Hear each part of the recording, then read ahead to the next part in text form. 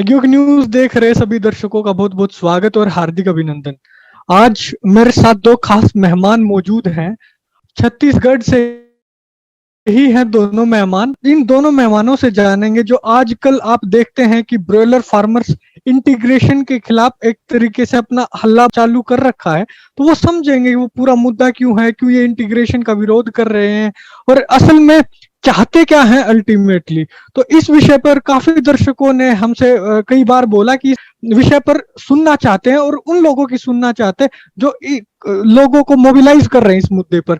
तो वो है मिलाप जी और दिनेश जी। मिलाप जी, अब मैं आपकी तरफ आना चाहूंगा कि आपकी रणनीति क्या है आगे, अगर मान लो क्या जो अभी तक आप कर चुके हैं, थोड़ा आंदोलन जो आप कर रहे हैं, क्या इसका कोई रिजल्ट परिणाम आया है? अगर नहीं आया तो फिर आगे आपका रुख क्या रहने वाला है? आपके आगे की रणनीति क्या है? जी सर, क्या है कि हमारी संगठन तो बना तो बहुत ज्यादा दिन नहीं हुआ है। फार्मर तो बहुत सारे हैं, मगर दुर्भाग्य ये है, पोल्ट्री व्यवसाय जो अरबों खरबों का काम है, मगर आज आप छोटे से कस्बे, छोटे से शहर में देखिए, एक छोटा सा पान ठेला है, नाई दुकान है और बहुत सारे छोटे छोटे फुटकर व्यापारी हैं, उनकी संगठन है। मगर दुर्भाग्य ये था कि हमारे यहाँ हमारे कोई संगठन नहीं था। इवन हमारा संगठन नहीं था, मीन्स हमारे किसान भाइयों का संगठन नहीं था। छोटे जो चिक्स है, जो हैचर है, उनके 10-12 हैं, उनके संगठन बने हुए हैं। फीड प्लांट वाले हैं, उनके संगठन बने हुए हैं।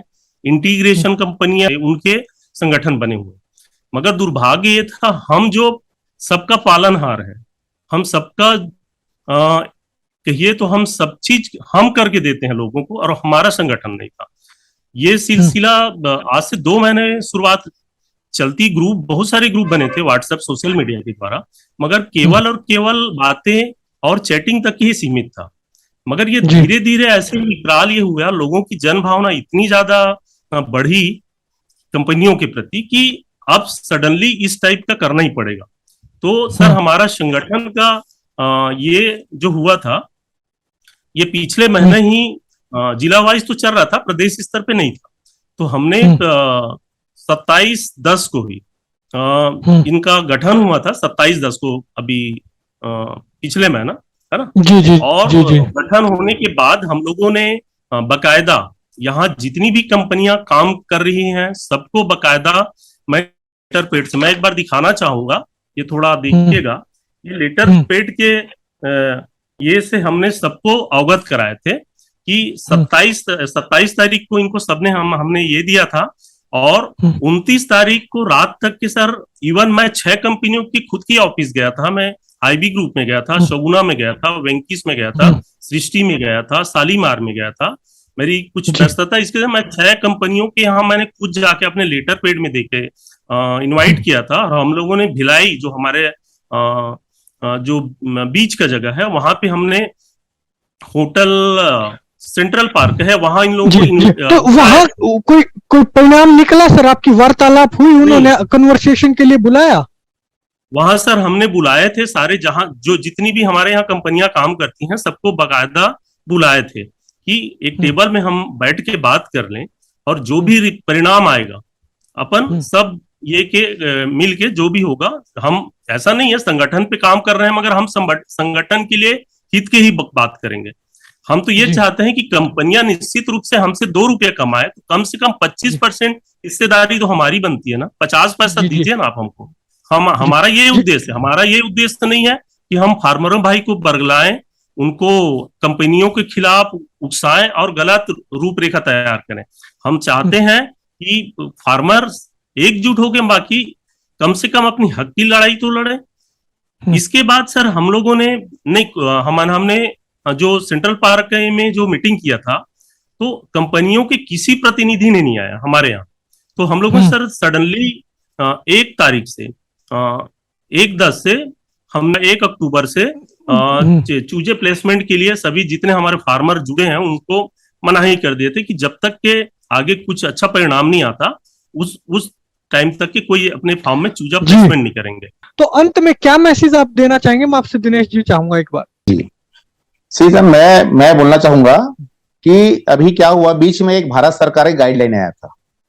हमने उसमें 17 तारीख तक के 17 अक्टूबर तक जवाब देना था।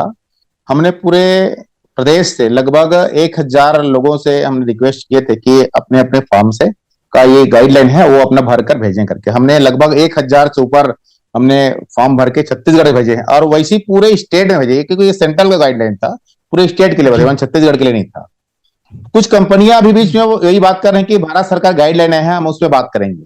तो ठीक है, हमने तैयार हैं। ठीक, जिस दिन भी भारत सरकार गाइडलाइन आ जाएगा, चाहे 1 महीने में आए, 2 महीने में आए, जनवरी तक के, दिसंबर तक, जो भी आए बात, हम उसको वेट कर रहे हैं। अगर हम उसमें कंपनी अगर तैयार नहीं होती है तो मैं चाहूंगा, मैं पूरे इस न्यूज के माध्यम से पूरे स्टेट के लोगों से अपील करना चाहूंगा, जितने किसान भाई, फार्मर भाई हैं, हम सब मिलकर लड़ाई लड़ाएंगे। क्योंकि लड़ाई हम पॉलिटिकल छत्तीसगढ़ का नहीं है, पूरे स्टेट की लड़ाई है। हम सब मिलकर लड़ाई लड़ेंगे तो हमारी ताकत ज्यादा मजबूत होगी, और हम ज्यादा अपने मजबूती कायम रखेंगे। हमारी बात को सेंटर से, यहां से नहीं, हम दिल्ली तक बात रखेंगे। क्योंकि ज्यादा सबके बीच में सबके साथ लड़ाई लड़ेंगे तो हमारी ताकत और ज्यादा मजबूत होगी। तो मैं यही इस न्यूज के माध्यम से अपील करना चाहूंगा कि जिस दिन भी जैसा हमारे संगठन और गाइडलाइन, भारत सरकार सेंट्रल गाइडलाइन आ जाता है, उस दिन हम पूरे स्टेट के प्रतिनिधि बैठ के बात करेंगे, और पूरे स्टेट के लेवल के हिसाब से, पूरे फार्मर के हित के हिसाब से, पूरे एक पॉइंट रख के पूरे स्टेट के लिए हम इंटीग्रेशन कंपनी के बीच, सरकार के बीच, शासन के बीच हम बात रखेंगे। यही मेरा इस न्यूज के माध्यम से अपील है कि हम एक सरकार का जो गाइडलाइन है सेंट्रल का, उसको वेट कर रहे हैं। जिस दिन हमारे साथ गाइडलाइन हमको भारत सरकार से फॉलो हो जाएगा, उस दिन हम पूरे स्टेट के प्रतिनिधियों के साथ बैठकर एक चर्चा कर, सामूहिक रूप चर्चा करके फार्मरों के हित में हम इंटीग्रेशन कंपनी के पास बात रखेंगे। और अगर हमारी बात में सहमति नहीं बनी तो पूरे स्टेट में ये उग्र आंदोलन हम करने के बाध्य हो जाएंगे। तो देखिए, मैं एक चीज जो आपकी बात समझ पाया हूं कि भाई इंटीग्रेशन जब आप करते हैं तो कंपनी के साथ एक म्यूचुअली कॉन्ट्रैक्ट होता है, तो वो देखिए उसमें क्या है कि वो आपके ऊपर कोई इम्पोज नहीं किया जा रहा, कोई थोपा नहीं जा रहा। तो आपका मन है तो करें, अगर आपको फायदा नहीं हो रहा तो ना करें कंपनी के साथ। जी जी, ठीक है। तो हम तो चाह रहे हैं ना सर। जी जी जी, ठीक है। हम चाह रहे हैं, हम ये चाह रहे हैं कि भाई इंटीग्रेशन कंपनी अगर मान लो स्टेट में आ गई है, चला रहे हैं, तो वो फार्मरों के हित में चलाए ना भाई। हम चाह रहे हैं किसी न किसी कंपनी, इंडियन कंपनी बिना किसान के साथ तो जुड़ के काम नहीं कर सकता। कंपनियों का तो सरकार ही अपने वो देखिए क्या हो रहा सर, सुनिए, देखिए 5 साल पहले, 5 से 10 साल पहले इंडियन कंपनी लागू हुआ था। उन्होंने हमें प्रलोभन दिया कि हमारा फीड की क्वालिटी अच्छा है, चीज क्वालिटी अच्छा है, हमारा मेडिसिन क्वालिटी अच्छा है, और हम आपको ग्रोइंग चार्ज इस रेट में देंगे। तो ठीक है, उस समय हमको अच्छा लग रहा था और बढ़िया क्वालिटी अच्छा था, हमको प्रॉफिट हो रहा था। लेकिन विगत 5 से 6 वर्ष से लगातार उन्होंने अपना रेट बढ़ाते जा रहा है, और हमारा रेट ग्रोइंग चार्ज जो मिलना था वो वही है। इस कारण हमको नुकसान हो रहा है। तो हम तो चाहते हैं भाई किसी यार इंडियन कंपनी यहां से भाग जाए, हट जाए, कोई दिक्कत नहीं है, हम ओपन फार्मिंग करेंगे। क्यों हमारे किसानों को साथ प्रलोभन कर रहा है कि हमारा क्वालिटी अच्छा है? आज बोलते क्वालिटी अच्छा है, तो सर किसान ही तो लेके आने वाले हैं उसको। दिनेश जी, आप इस बात को भी तो मानिए ना, कॉन्ट्रैक्ट साइन करते हैं तो किसान ही तो करते हैं, आप जैसे लोग करते हैं। तो मत कीजिए, वो तो अपने आप चले जाएंगे। कंपनी का जो कंपनी का काम होता है वो तो प्रॉफिट कमाना होता है। देखिए क्या होता है, देखिए हमको कुछ बातें पता चला है, इनके द्वारा कहीं भी स्टेट में काम करने के लिए एग्रीमेंट करते हैं, सरकार के साथ भी एग्रीमेंट करते हैं कि भाई हम ये कंपनी यहां ला रहे हैं और हम किसानों के हित में काम करेंगे करके। भाई वो किसानों के हित के काम की बात कर रहे हैं। सरकार के साथ इनका एग्रीमेंट होता है, शासन के साथ, जिस जिले में जाता है वहां कलेक्टर के साथ इनका एग्रीमेंट होता है कि हम यहाँ व्यापार करने हैं करके। उनके द्वारा अभी आज हमको पता चलता है कि उनके द्वारा प्रति किलो ग्रोइंग चार्ज हमने 12 रुपया किसानों को देंगे। किसानों को किसी प्रकार नुकसान नहीं होने देंगे। किसानों को एमएसपी प्रति किलो हिसाब से 3 रुपए 4 रुपए हम देंगे। लेकिन हमको कहाँ एमएसपी का रेट मिलता है? आज स्थिति यह हो गई है, उनका फीड की क्वालिटी इतना ज्यादा खराब आ रही है, चूजे की क्वालिटी इतना खराब आ रही है, तो हम उनका कॉस्टिंग जो स्टैंडर्ड कॉस्टिंग बनाए हैं 83 रुपया, 82 83 रुपया, हम वहां तक पहुंच नहीं पाते। हमको उल्टा रिवर्स हमको नुकसान हो रहा है। हम चाहते हैं जब आप हमारे साथ एग्रीमेंट किए हो, कॉन्ट्रैक्ट किए हो कि हम क्वालिटी अच्छा देंगे, फीड क्वालिटी अच्छा देंगे, चूजा क्वालिटी देंगे, 12 रुपए के हिसाब से हमको ग्रोइंग चार्ज देंगे करके, तो कहां मिल रहा है? हम तो यही चाह रहे हैं, हम यही हमारा मांग यही है। जब हमारे कॉन्ट्रैक्ट साइन किए हो तो हमको वो कंडीशन में हम माल दो ना, उस कंडीशन में हमको चिक सही देना चाहिए, चिक फीड क्वालिटी सही मिलना चाहिए, मेडिसिन सही मिलना चाहिए, एमएसपी सही मिलना चाहिए, ग्रोइंग चार्ज सही मिलना चाहिए। वो हमको कहाँ मिल पा रहा है, इसी कारण हमको नुकसान हो रहा है। उन क्वालिटी सही नहीं है, क्वालिटी सही दे नहीं रहे, तो हम कहाँ हमारा उसका कास्टिंग तक हम पहुंच पा नहीं पा रहे हैं, हमको नुकसान हो रहा है। इस कारण हम कंपनी वाले के विरोध में आ रहे हैं। मिलाप जी, अब मैं आपसे समझना चाहूंगा कि मुद्दा इंटीग्रेशन में बदलाव का होना चाहिए या फिर इंटीग्रेशन खत्म करने का होना चाहिए। इंटीग्रेशन फार्मर के लिए सही है या नहीं है? देखिए, जो हमारे 3 कृषि कानून आए, उसमें भी एक कानून था कॉन्ट्रैक्ट फार्मिंग को लेके कि भाई जमीन के साथ कॉन्ट्रैक्ट किया जाएगा, उसके बाद खेती बाड़ी होगी। तो उन लोगों ने सिरे से खारिज कर दिया कि हमें कॉन्ट्रैक्ट ही नहीं चाहिए कंपनियों के साथ, क्योंकि अल्टीमेटली कहीं ना कहीं जो प्रोड्यूसर है उसको कहीं ना कहीं अल्टीमेटली लॉन्ग टर्म में बाद में जाके उसको नुकसान होता है। इसमें कोई दो राय वाली बात नहीं है। तो क्या आपकी जो मांग है, जो आपका विषय है, आपका ये नहीं होना चाहिए कि हमें कॉन्ट्रैक्ट फार्मिंग ही नहीं चाहिए? इंस्टेड ऑफ आप बोल रहे हैं कि हम तो कंपनियों से मांग कर रहे हैं, आपकी सरकार से मांग होनी चाहिए कि आपके जो प्रोक्योरमेंट सरकार करे, इंटरवीन सरकार करे। क्या ये मांग नहीं होनी चाहिए? जबकि आप सिर्फ और सिर्फ कंपनियों से एक बदलाव की उम्मीद करके बैठे हैं कि वो कुछ चेंजेस लेके आएंगे। तो इस पे जानना चाहूंगा। देखिए सर, सबसे पहली बात तो ये है कि पोल्ट्री का और जो अभी ये चल रहा था उनका एग्रीकल्चर वाले की जो कृषि कानून की जो नियम, ये मेरे हिसाब से काफी डिफरेंट ये है, दोनों में काफी डिफरेंट है। पोल्ट्री का सर हम ये चाह रहे हैं कि फार्मर, देखो हर कोई सर, आज मैं कॉस्टिंग की बात करूं, बहुत पोल्ट्री में सर बहुत छोटी छोटी चीज ऐसे हैं जिसको समझना बहुत जरूरी है। पोल्ट्री में ऐसा है कि सर आप फार्म बना लेना, अपनी खुद की सेट तैयार करना बहुत इजी हो, मगर उसको सर्वाइव करना मतलब ये है कि प्रोडक्शन के जब आप जाते हैं दायरे में, तो वो आपका जो कैपिटल फार्म बनाने में लगा रहा है उससे कई गुना उसमें लग जाता है। तो आज जो छोटे छोटे फार्मर हैं जो 2000, 3000, 4000 जो पालते हैं, वो सर मार्केट में उस पैसे का सर्वाइव नहीं कर पाता। होता क्या है, जैसे आज एक बॉयलर को तैयार होने में 190 रुपए की कॉस्ट आ रहा है, मतलब 1000 बॉयलर पालने के लिए आपको 1,90,000 पैसा चाहिए, है ना। अब वो गरीब आदमी जैसे तैसे जोड़ के फार्म बनाया है 1000-2000 का, उतना पैसा लाएगा कैसे? तकलीफ यहाँ है। तो वो कॉन्ट्रैक्ट फार्मिंग को जन्म दिया। अब कॉन्ट्रैक्ट फार्मिंग को जन्म दिया क्योंकि एक दौर ऐसे था कि फार्मर बहुत अच्छे पैसे कमाए, गिने चुने फार्मर थे, या ये मान के चलिए फार्मर छोटे थे तो प्रोडक्शन कम था तो रेट बहुत अच्छा मिला, कंपनियां भी बहुत ही अपनी स्वच्छ छवि और स्वच्छ मन से फार्मरों का सहयोग किया।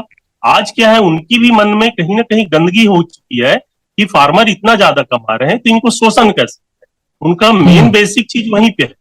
आज हम एक मान के चलते हैं सर, दो माह में एक बैच निकलता है, वो चाहते हैं कि हमको 12 महीने में 6 बैच निकालेंगे, मगर होता क्या है 6 बैच में वो हमको 2 बैच कमाने देता है, 4 बैच में वो पूरा खा जाता है पैसा। दिक्कत वहां पे क्रिएट, हमको एक हर बैच में एक न्यूनतम मिले तो हमको इंटीग्रेशन कंपनियों से कोई लड़ाई नहीं, हमको हमारा मेहनताना मिल जाए, हमारी घर परिवार चल जाए, हमारा सारा चीज बढ़िया चल जाए, हमें बहुत आकाश में उड़ने की आवश्यकता नहीं है सर, हम तो ये चाह रहे हैं। अब इंटीग्रेशन के जैसे आपने सवाल किया कि इंटीग्रेशन वो कर रही है, तो वो तो आपके हमारे ऊपर है, हम कॉन्टेक्ट करें या ना करें, मगर पैसे की जहां तक दिक्कत है, आज ये मान के चलो एक 2000 या 3000 जो पालने वाला व्यक्ति है उसके पास यदि 5 लाख रुपया की यदि वो लोन लेने जाएगा तो आपको पता है सर बैंक के कितने सारे लफड़े हैं। और एग्रीकल्चर बेस में यदि आपका लैंड है तो सर वो बहुत कम लोन देते हैं, आपको 5 लाख लोन देगा नहीं, वो 50,000 में लाके टिकाएगा, तो उस 50,000 में सर तो आपका चूजा नहीं आता, तो आदमी ओपन फार्मिंग कैसे करेगा? तो कहीं ना कहीं वो इंटीग्रेशन फार्मिंग के ही थ्रू जाता है, ये सारी दिक्कत है ना। और इसमें आज बहुत ज्यादा बदलाव की जरूरत नहीं है, केवल थोड़ा सा सहयोग करे इंटीग्रेशन कंपनियां, तो निश्चित रूप से वो भी फले फूलेंगे, हमारे पोल्ट्री किसान भाई भी फले फूलेंगे, और ओवरऑल हमारी लड़ाई बहुत ज्यादा नहीं है। मैं तो बहुत सादगीपूर्ण कंपनियों से आह्वान करता हूं कि जो हिसाब से आप अपनी महंगाई बढ़ाते हैं, महंगाई बढ़ती है तो आप जो चीज हमको प्रोवाइड करते हैं उस चीज की जैसे बढ़ाते हैं रेट, उस हिसाब से हमारी भी तो महंगाई में कुछ योगदान होगा ना। हमारा भी कोई चीज, यदि पानी पी रहे हैं, यदि मोटर जला रहे हैं, बिजली जला रहे हैं, भूसा चला रहे हैं, लेबर मैनेजमेंट कर रहे हैं, सबकी महंगाई तो बढ़ती है सर। उस हिसाब से हमको भी दीजिए ना, हम तो चाह रहे हैं। तो ये सारी चीजें ऐसा है सर कि वो चीज वो प्रोवाइड नहीं करते अपनी, केवल और केवल अपने बंदों का। जैसे मैं एक उदाहरण दूं, ये सर हमारे सुपरविजन के लिए हमारे फार्मर कम से कम 50-60 हजार फार्मरों का एक ये रखते हैं, सुपरविजन के लिए एक व्यक्ति रखते हैं। एक व्यक्ति का एक एडमिशन चार्ज जो जोड़ते हैं सर, पर चूजे वो 4 रुपए जोड़ते हैं। मैं सर यदि 15,000, तो मेरे से एक कंपनी सर 60,000 रुपया उसका एक बंदे का, जो महज मेरे को पर डे 5 मिनट का सहयोग देता है 40 दिन के पीरियड में, एक बैच की पीरियड में, और वो सर मेरे से 60,000 रुपया कमा लेता है कंपनी, है ना। अब आप सोचिए, जो मेरे से मात्र एक बंदा मेरे को जो 5 मिनट, एक दिन में 5 मिनट का समय देता है 40 दिन में, वो मेरे से 60,000 रुपये कमाता है कंपनियां एक बंदे के थ्रू। अन्य का तो छोड़ दीजिए, ये उनकी सिस्टम है। इसमें भी हम बहुत सारी चीज बोले, आप एडमिशन चार्ज उनके जो लेते हैं, आपके जो व्यक्ति आता है सुपरविजन के लिए, वो खत्म कीजिए आप, वो अनलीगल है टोटल। या उस व्यक्ति को यदि हम यदि 60,000 रुपया देते हैं एक बैच, तो उसको हमारे हिसाब से कम 12 घंटा फार्म में मैनेजमेंट करना चाहिए, तभी तो मतलब है ना। तो एक व्यक्ति, उसमें भी एक ये नहीं है कि वो मात्र 15,000 कैपेसिटी को फार्म को मैनेज करता है। एक व्यक्ति कम से कम 50,000 फार्म के फार्मर भाई को मेरे जैसे 3 से 4 फार्मर को मैनेज करता है। अब सोचिए वो कितना कमाता है। यदि 50,000 फार्म को मैनेज करता है कैपेसिटी के फार्म को, तो 2 लाख रुपया कंपनी उस एक व्यक्ति के सहारे कमाता है। किससे कमाता है? फार्मरों से। आप सोचिए कंपनी कहां पे क्या करती है। मतलब एकदम छोटा सिंपल सा और एकदम सरलता से समझने वाला लॉजिक है कि कंपनी हर चीज में हमसे कमाना चाहती है, मगर हमारी जो हमारा 45 से 50 दिन की जो पीरियड रहती है, जहां हमारे किसान भाई बहुत ज्यादा मेहनत करते हैं, 24 घंटे अपनी तन मन धन लगा के वहां वर्क करते हैं, उसको आखिरी में कुछ 2 रुपये नहीं मिलता। तो ये बहुत दुखदाई वाली बात। तो हम आगे बहुत सारी चीज में, सही बात है जी जी। तो दर्शकों को मैं एक बार बता दूं कि जो मिला ने बताया और जो मैं कंक्लूड कर पाया हूं कि इंटीग्रेशन में आना मजबूरी ये है क्योंकि फार्मर क्या होता और कंपनी उसको एक तरीके से सपोर्ट करती है। तो पहले तो था वो प्रॉफिटेबल, लेकिन अब वो नॉन प्रॉफिटेबल, तो कहीं ना कहीं मार्जिन काफी श्रिंक कर दिया है कंपनियों ने मिलके। लेकिन अगर उससे भी पहले थोड़ा जाएं तो फार्मर सक्षम था, तो कुछ वैसी व्यवस्था बनाई गई कि फार्मर सक्षम ही ना बने और उसके बाद उसको कॉन्ट्रैक्ट साइन करना पड़े। फिर कॉन्ट्रैक्ट में भी अब इसको इतना श्रिंक किया जा रहा है हमारे देश के किसान को कि भाई वो प्रॉफिटेबल ही उसके लिए ना रहे। तो मैं आप दोनों मेहमानों का जो हमसे जुड़े उसके लिए बड़ा धन्यवाद करता हूं, और अगली बार होगी तो मैं प्रयास करूंगा 1-2 स्टेट के और भी पोल्ट्री किसानों से, तो इस मुद्दे को पूरा समझते हैं और दर्शकों को भी पूरा समझाने की कोशिश करते हैं कि ब्रॉयलर फार्मिंग में इंटीग्रेशन कितना सही है और कितना गलत है, और अगर सही है तो फार्मरों को फायदा होता है तो इसमें क्या चेंजेस होने चाहिए। तो आप दोनों मेहमानों का बहुत बहुत धन्यवाद। Thank you.